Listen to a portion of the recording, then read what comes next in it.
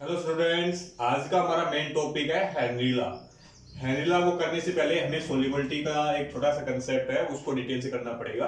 उसके बाद हम हेनरी लॉ को चेक करेंगे। तो सबसे पहले देखिए सोल्युबिलिटी होती क्या है। सोल्युबिलिटी होती है maximum amount of solute dissolved in per unit solvent। जो सोल्यूट होता है वो मेनली हमारा ग्राम्स में होता है at particular temperature, at particular temperature.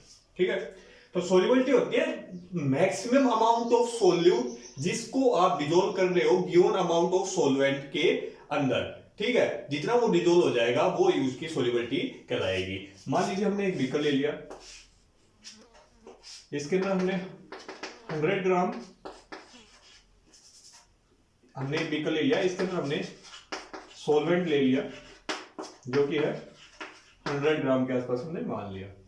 आप इसके अंदर सॉल्यूट को डिजोल्व करते जा रहे हो तो जितना मैक्सिमम सॉल्यूट इसके अंदर गिवन जो वॉल्यूम है सॉल्वेंट की, इसके अंदर जितना डिजोल्व हो सकता है उतना हमारा हो चुका है, तो वही उसकी सॉल्युबिलिटी कहलाएगी। एक स्टेट ऐसी आएगी जिसके अंदर सॉल्यूट डिजोल्व होना बंद हो जाएगा, अनसैचुरेटेड में चला जाएगा। सैचुरेटेड की केस के अंदर सॉल्युबिलिटी हो जाएगा और maximum amount of solute dissolve in per unit solvent at particular temperature. अब देखिए कौन कौन से ऐसे फैक्टर है जो सोल्युबिलिटी को इफेक्ट करते हैं। सबसे पहला फैक्टर होता है nature of solvent and solute, कि जो हमारा सोल्यूट और जो सॉल्वेंट है उसका नेचर क्या है। हमने केमिस्ट्री का रूल के बारे में पता है कि लाइक सोल्यूबल एज लाइक, जैसे पोलर के अंदर हो जाएगा, पोलर सॉल्वेंट हमारा उसके अंदर डिजोल्व होगा polar he. For example polar solvent हमने ले लिया, H2O ले लिया, इसके अंदर हमारा डिजोल्व हो जाएगा डिजोल्व। पोलर हमने सोल्यूट हमने ले लिया NaCl, तो सेम के अंदर डिजोल्व होता है। उसी प्रकार नॉन पोलर केस के अंदर नॉन पोलर सॉल्वेंट हमने ले लिया बेंजीन, उसके अंदर हमने डिजोल्व कर लिया नॉन पोलर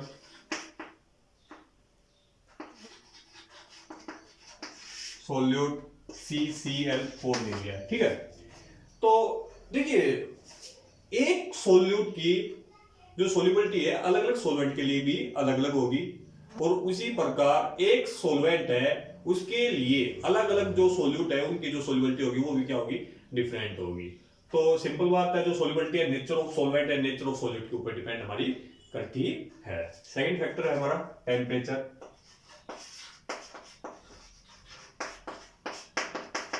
देखिए टेम्परेचर केस के अंदर आपको पता है दो हमारी मेन रिएक्शन आती हैं, exothermic reaction and endothermic reaction. उस केस में हम देखते हैं, सबसे पहले हम देखते हैं एंडोथर्मिक केस के अंदर।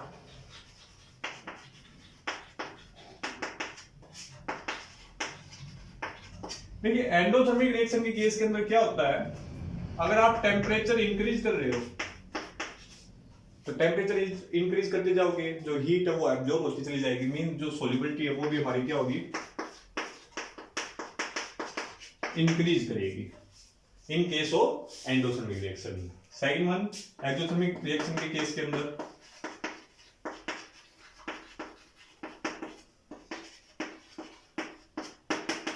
एक्सोथर्मिक रिएक्शन के केस के अंदर क्या होता है, अगर आप टेम्परेचर इंक्रीज कर रहे हो तो वो पहले से ही हीट को बाहर निकाल रहा है, तो हमारी जो सोल्युबिलिटी वो क्या हो जाएगी, डिक्रीज हो जाएगी टेम्परेचर के साथ। टेम्परेचर इंक्रीज करोगे तो हमारी जो सोल्युबिलिटी हो जाएगी वो हमारी डिक्रीज हो जाएगी। थर्ड पॉइंट है हमारा प्रेशर का, और वो ही हमारा आज का मेन टॉपिक है। प्रेशर के केस के अंदर हमारा हेनरी लॉ आएगा।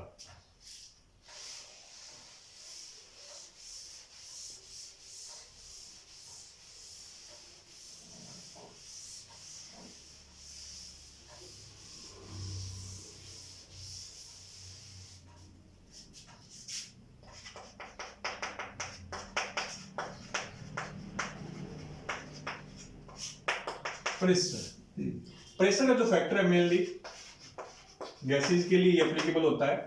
In case of liquid and solid के लिए प्रेशर का जो फैक्टर है वो ज्यादा इफेक्टिव नहीं है, तो मेनली हमारा गैसेज के केस के लिए चलता है, क्योंकि गैसेज के केस के अंदर पार्टिकल्स के बीच में जो इंटरमोलिकुलर जो स्पेस होता है वो काफी ज्यादा होता है। अगर आप उसके ऊपर प्रेशर करोगे तो उसके स्पेस को आप कम कर सकते हो। तो प्रेशर के केस के अंदर क्या होता है कि solubility of a gas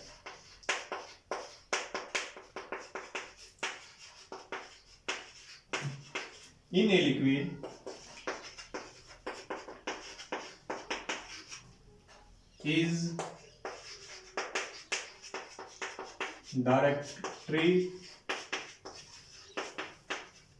proportional to the partial pressure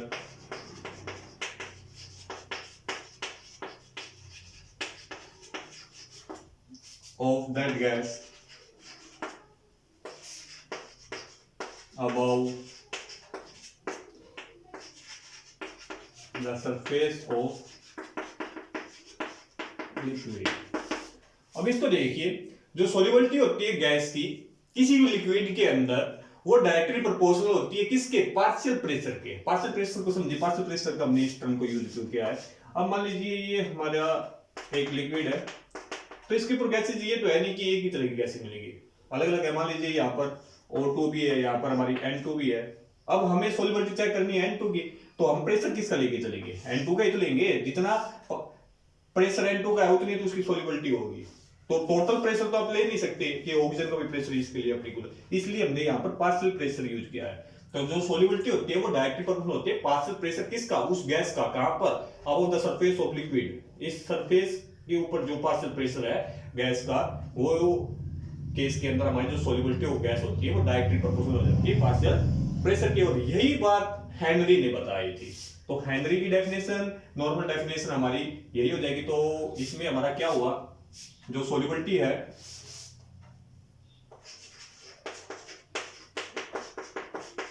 solubility of a gas in a liquid directly proportional हो गई है partial pressure of that gas on the surface above the liquid.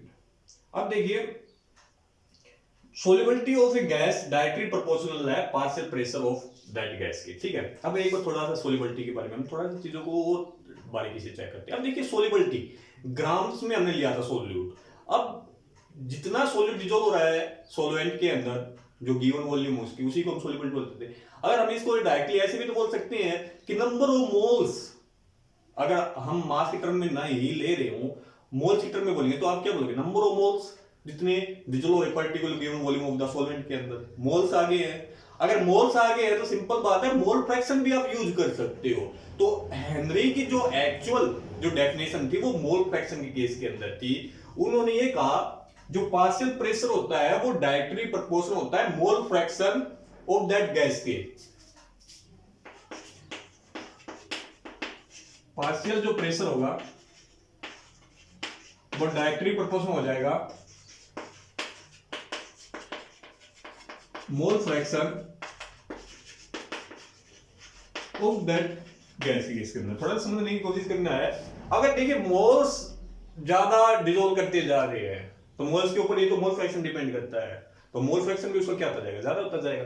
तो पार्शियल प्रेशर किसका, gas का, वो directly proportional हो जाएगा mole fraction के। पार्शियल प्रेशर मैंने मान लिया P, डायरेक्टली प्रोपोर्शनल हो गया मोल फ्रैक्शन जीटा, गैस के केस के अंदर गैस का हो गया है, ठीक। डायरेक्टली प्रोपोर्शनल के साइन को हटाओगे तो यहां पर हम कांस्टेंट यूज कर लोगे, हमने यूज कर लिया KH जीटा। और ये जो KH है ये हमारा हेनरी कांस्टेंट, KH हमारा हेनरी कांस्टेंट हो गया। P है हमारा पार्शियल प्रेशर ऑफ गैस और जीटा है हमारा mole fraction of that gas.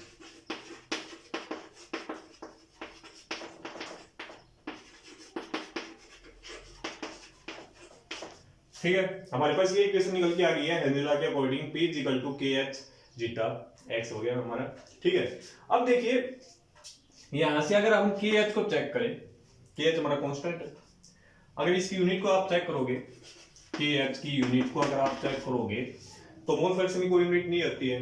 तो सिंपल बात है, जो के एच की जो यूनिट होगी वो प्रेशर के इक्वली हो जाएगी, और प्रेशर की आप यूनिट लोगे हमारी एटीएम हो जाएगी, बार हो जाएगी, तो यही हमारी के एच की यूनिट हो जाएगी। अगर आप नेचर चेक करो, जो के एच है, के एच वो डिपेंड करता है nature of solute and solvent के ऊपर। जो के एच है वो डिपेंड करेगा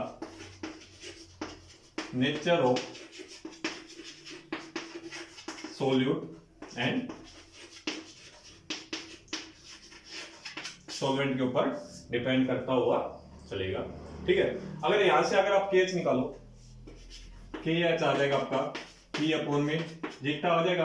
अब देखिए यहां से क्या होता है, अगर के एच की वैल्यू ज्यादा होती जाएगी तो मोल फ्रैक्शन क्या आ जाएगी, इनवर्सली प्रोपोर्शनल है ना, कम होती चली जाएगी। तो के एच की वैल्यू अगर आप इंक्रीज करोगे तो सोल्युबिलिटी हमारी क्या होती जाएगी, डिक्रीज होती चली जाती है। के एच की वैल्यू इंक्रीज करोगे तो सोल्युबिलिटी हमारी डिक्रीज होती चली जाएगी। ये हमारा मेन था हैनिला। अब हम इसकी एप्लीकेशंस को चेक करते हैं।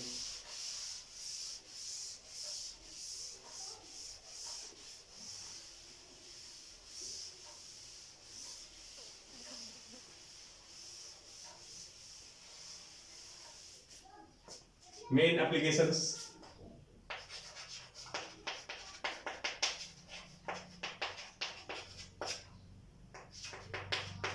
First in case of soda,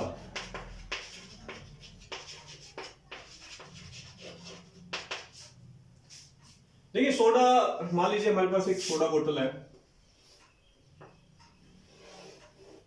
ये ड्राइंग काफी अच्छी है मेरी, ये मान लीजिए हमारे पास एक सोडा बोतल ले ली हमने, कोल्ड ड्रिंक्स वगैरह हमने ले ली है। तो यहां पर हमारा जो ढक्कन है बोतल का पूरी तरह से बंद है। तो क्या होता है, अगर हम इसको अभी अगर इसको दबाने की कोशिश करेंगे, फोर्स अप्लाई करेंगे, तो ये अपनी शेप को चेंज नहीं करेगा। अब देखिए क्या होगा, जैसे ही हम ढक्कन को खोलते हैं तो यहां पर क्या होता है, बोतल के अंदर जो प्रेशर है, पहले ढक्कन हमने खोला नहीं है, ढक्कन पूरी तरह से बंद है, तो जो प्रेशर है इनसाइड द बोतल वो काफी ज्यादा है, हाई प्रेशर है। अकॉर्डिंग टू हैनिला अगर प्रेशर ज्यादा होगा तो सोल्युबिलिटी ऑफ गैस, इसके अंदर गैस कौन सी है हमारी, CO2 गैस है। ढक्कन बंद है हमारा पूरी तरह से, जो प्रेशर यहाँ पर क्या है, काफी ज्यादा हाई है, प्रेशर हाई है, तो हमारी जो सोल्युबिलिटी ऑफ गैस है वो भी क्या होगी, ज्यादा होगी। ठीक है, जैसे ही हमने ढक्कन को खोल दिया, प्रेशर हमारा क्या हो गया, डिक्रीज हो गया। प्रेशर डिक्रीज हो गया तो सोल्युबिलिटी ऑफ गैस भी क्या हो जाएगी, डिक्रीज हो जाएगी। सोल्युबिलिटी ऑफ गैस वो भी क्या हो जाएगी हमारी, डिक्रीज हो जाएगी। और जैसे ही हम ढक्कन खोलते हैं तो इसमें बबल्स बनने स्टार्ट हो जाते हैं, बबल्स बनकर बाहर निकल जाते हैं। उसका मेन रीजन यही होता है कि ढक्कन जैसे हम खोलते हैं जो सोल्युबिलिटी ऑफ गैस है वो क्या हो जाती है, डिक्रीज, क्योंकि प्रेशर हमारा क्या हो जाता है, डिक्रीज। इसको हम कार्बोनेटिव बेवरेज के केस के अंदर भी चेक करते हैं। सेकंड आती है हमारी in case of deep sea diverse. देखिए हमारे जो गोताखोर होते हैं, डीप सी डाइवर्स होते हैं, मान लीजिए हमारा ये समुद्र है, ये हमारा एक गोताखोर है, ठीक है। तो पानी के अंदर तो सांस ले नहीं सकते हैं, तो हम क्या करते हैं, इसके केस के अंदर सिलेंडर लेके जाते हैं जिसके अंदर ऑक्सीजन होती है, नाइट्रोजन होती है मेनली। तो देखिए क्या होता है, जैसे ये पानी के अंदर जाएगा, समुद्र के अंदर जाएगा, डीप में जाएगा, तो प्रेशर क्या करेगा, इंक्रीज करेगा। प्रेशर इंक्रीज करेगा तो जो सोल्युबिलिटी ऑफ गैस है वो क्या करेगी, इंक्रीज। तो हमारी जो वर्ल्ड है उसके अंदर जो O2 एंड N2 की जो सोल्युबिलिटी है वो काफी ज्यादा हो जाएगी, ठीक है। अब जैसे ही ये एकदम ऊपर आएगा तो प्रेशर क्या हो जाएगा, डिक्रीज हो जाएगा। प्रेशर डिक्रीज हो जाएगा, सोल्युबिलिटी ऑफ गैस है वो क्या हो जाएगी, डिक्रीज हो जाएगी, जिसके कारण जो वर्ल्ड के अंदर जो N2 गैस जो डिसॉल्व हो चुकी है वो क्या हो जाएगी, बबल्स बनकर वो क्या हो जाएगी, बाहर निकलनी स्टार्ट हो जाएगी, जिससे हमारी हेल्थ में प्रॉब्लम आनी स्टार्ट हो जाएगी। और इसी को हम बैंड्स बोलते हैं, बैंड्स। इसी प्रॉब्लम को हम क्या बोलते हैं, बैंड्स बोलते हैं। वो फिर से चेक कीजिए, इनसाइड द सी लेवल के केस के अंदर क्या हो जाएगा, कफ नीचे जाएंगे, प्रेशर इंक्रीज करेगा, प्रेशर इंक्रीज करेगा तो उसके साथ जो हमारी सोल्युबिलिटी ऑफ गैस वो क्या करेगी, इंक्रीज। जैसे हम ऊपर आएंगे प्रेशर क्या हो जाएगा, डिक्रीज, प्रेशर डिक्रीज और सोल्युबिलिटी ऑफ गैस भी क्या हो जाएगी, डिक्रीज। और हमारे जो ब्लड के अंदर डिजोल N2 है वो हमारे ब्लड जो वेसल्स हैं उसके ऊपर इफेक्ट डालेगी और इसी प्रॉब्लम को हम बैंड्स बोलते हैं। तो इस केस के अंदर हम क्या करते हैं, इसके अंदर हम हीलियम और मिला देते हैं जिससे ये प्रॉब्लम हमारी दूर हो जाती है। थर्ड एप्लीकेशन हाई एल्टीट्यूड के केस के अंदर,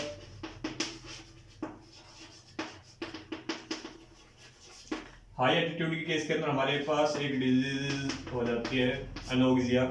तो देखिए क्या होता है, ये मान लीजिए हाई एल्टीट्यूड का केस ले लिया आपने, तो हाई एल्टीट्यूड के ऊपर क्या होता है, जो प्रेशर होता है वो क्या होता है, कम हो जाता है, क्योंकि वहां पर जो गैसेस का लेवल है वो क्या हो जाता है, कम हो जाता है। तो प्रेशर यहाँ पर कम है, प्रेशर कम है तो सोल्युबिलिटी ऑफ गैस है वो क्या हो जाएगी, कम हो जाएगी। तो इससे हमारे ब्लड के अंदर जो ऑक्सीजन की जो सप्लाई होगी वो क्या हो जाएगी, कम हो जाएगी, जिसके कारण हमारी प्रॉब्लम हो जाती है एनोक्सिया, जिसके केस के अंदर इसको बोलते हैं मेंटल कंफ्यूजन। मेंटल कंफ्यूजन हो जाता है, ठीक है, क्योंकि हाई एल्टीट्यूड के ऊपर जो प्रेशर होता है वो क्या होता है, काफी कम होता है, जिसके कारण जो सोल्युबिलिटी ऑफ गैस वो क्या हो जाती है, कम हो जाती है। और जितने हमारे शरीर को ऑक्सीजन चाहिए वो उतनी ऑक्सीजन हमें मिल नहीं पाती है, जिससे हमारी जो डिजीज हो जाएगी एनोक्सिया, जिसको मेंटल कंफ्यूजन भी बोलते हैं। तो ये हमारी मेन एप्लीकेशंस थी। हैंडला को चेक किया है, उसके फैक्टर्स को चेक किए हैं हमने, केएस के फैक्टर्स को चेक किया है एंड सोल्युबिलिटी